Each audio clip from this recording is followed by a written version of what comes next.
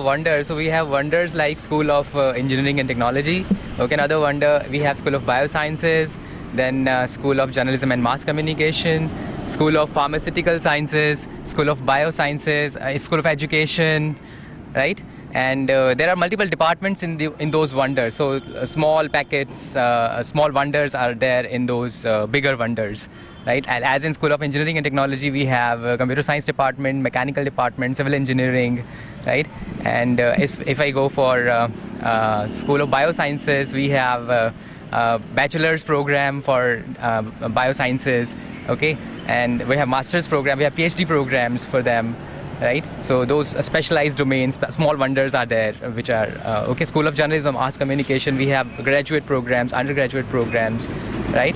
And moreover, if I do not talk of all those departments thoroughly, okay, I would like to stress upon one point, as you already mentioned, that it is a liberal art, first liberal art and meta university. So a student actually, when student gets admitted into this university, he is not taken into one particular stream. He is actually taken an admission into a university. So by the end of a second year, 1 year or second year, so if a student thinks that earlier he was supposed to join as a BTech in computer science, but now he has thought of computer science is not a cup of tea for him. He is more interested in mechanical engineering, so he can switch over to mechanical engineering. So this is cross-disciplinary thing, right? So multiple departments, multiple wonders. So the real thing will only be get to know known to you if you actually enter into it and.